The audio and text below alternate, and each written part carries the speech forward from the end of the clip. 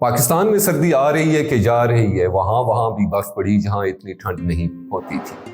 یہ کہاں اور کیسے ہوا، اس پر آج بات کرتے ہیں، لیکن پہلے یہ جانیں کہ یہ سلسلہ ابھی تک رکا نہیں ہے۔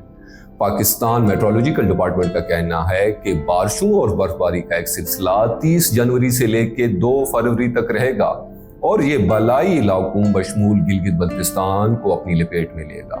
اس حوالے سے Gilgit Baltistan disaster management authority نے ایڈوائزری بھی جاری کر دی ہے اور اتھارٹیز نے لینڈ سلائیڈز اور ایوالانچز کا بھی وارننگ دی ہے۔ اس بار تو پاکستان کے ایسے علاقوں میں بھی برف پڑی جہاں برف نہیں پڑتی تھی یا دہائیوں سے برف نہیں پڑی تھی، جیسے نوشکی کا ریگستان۔ پاکستان میں سکردو کا کولڈ ڈیزرٹ یا سرفرنگا وہ واحد ریگستان ہے جہاں سردیوں میں برف پڑتی تھی، لیکن وہ سکردو ہے جہاں سردیوں میں ٹمپریچر -12 یا -14 یا اس سے بھی کم ہو جاتا ہے، لیکن نوشکی میں گرمیوں کا ٹمپریچر 40 سیلسیس یا اس سے اوپر ہوتا ہے، تو وہاں بھی برف پڑی۔ اس طرح چارسدہ کے آس پاس، ضلع ٹانگ سوئی کے آس پاس، مظفر آباد کشمیر میں بہت عرصے کے بعد برف پڑی۔ ایبٹ آباد میں بھی برف باری ہوئی۔ ایون سندھ کے سیاحتی مقام گورکھ ہل جہاں 13 سال بعد برف پڑی۔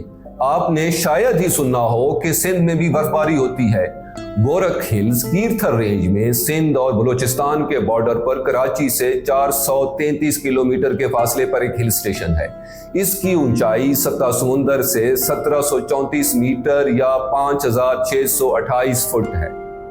پاکستان کے بالائی علاقوں میں برفباری عموماً نومبر میں شروع ہو کر دسمبر میں اپنے عروج پر پہنچتی ہے، لیکن گزشتہ کچھ برسوں میں ایسا جنوری میں ہونے لگا ہے، بلکہ پچھلے سال چترال میں اپریل کے مہینے میں بھی برف پڑی، اور ماہرین کا کہنا ہے کہ ایسا کلائمیٹ چینج کی وجہ سے ہے۔ پاکستان میٹرولوجیکل ڈپارٹمنٹ کے مطابق ایران اور افغانستان سے پاکستان داخل ہونے والا ویدر سسٹم انتہائی شدید تھا۔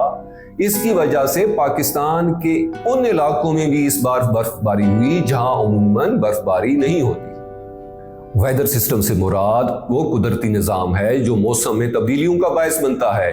یہ نظام ہوا، بادل، بارش، دھوپ اور ٹمپریچر کو کنٹرول کرتا ہے۔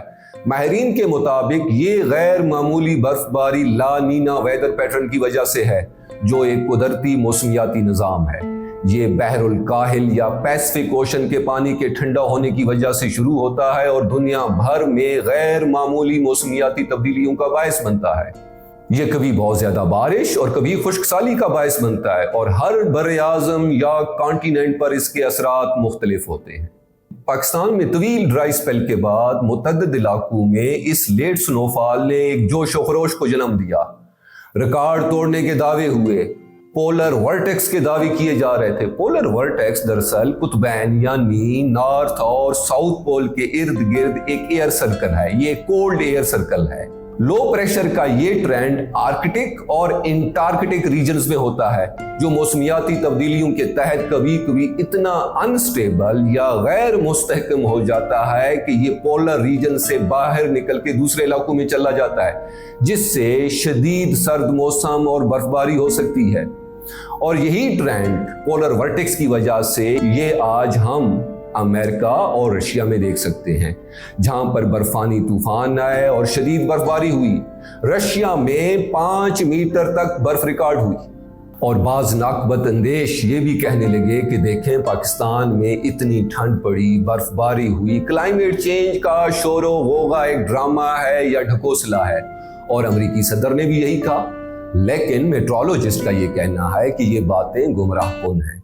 ان کے بقول یہ کلائمیٹ چینج ہی ہے جس کی وجہ سے ایکسٹریم ایونٹ میں اضافہ ہوتا ہے، دیر سے یا ان ایکسپیکٹڈ سنو فال ہوتی ہے، اور نیچرل ڈیزاسٹر کے خطرات میں اضافہ ہوتا ہے۔ لیٹ سنو فال ایک پازیٹیو سائن نہیں ہے۔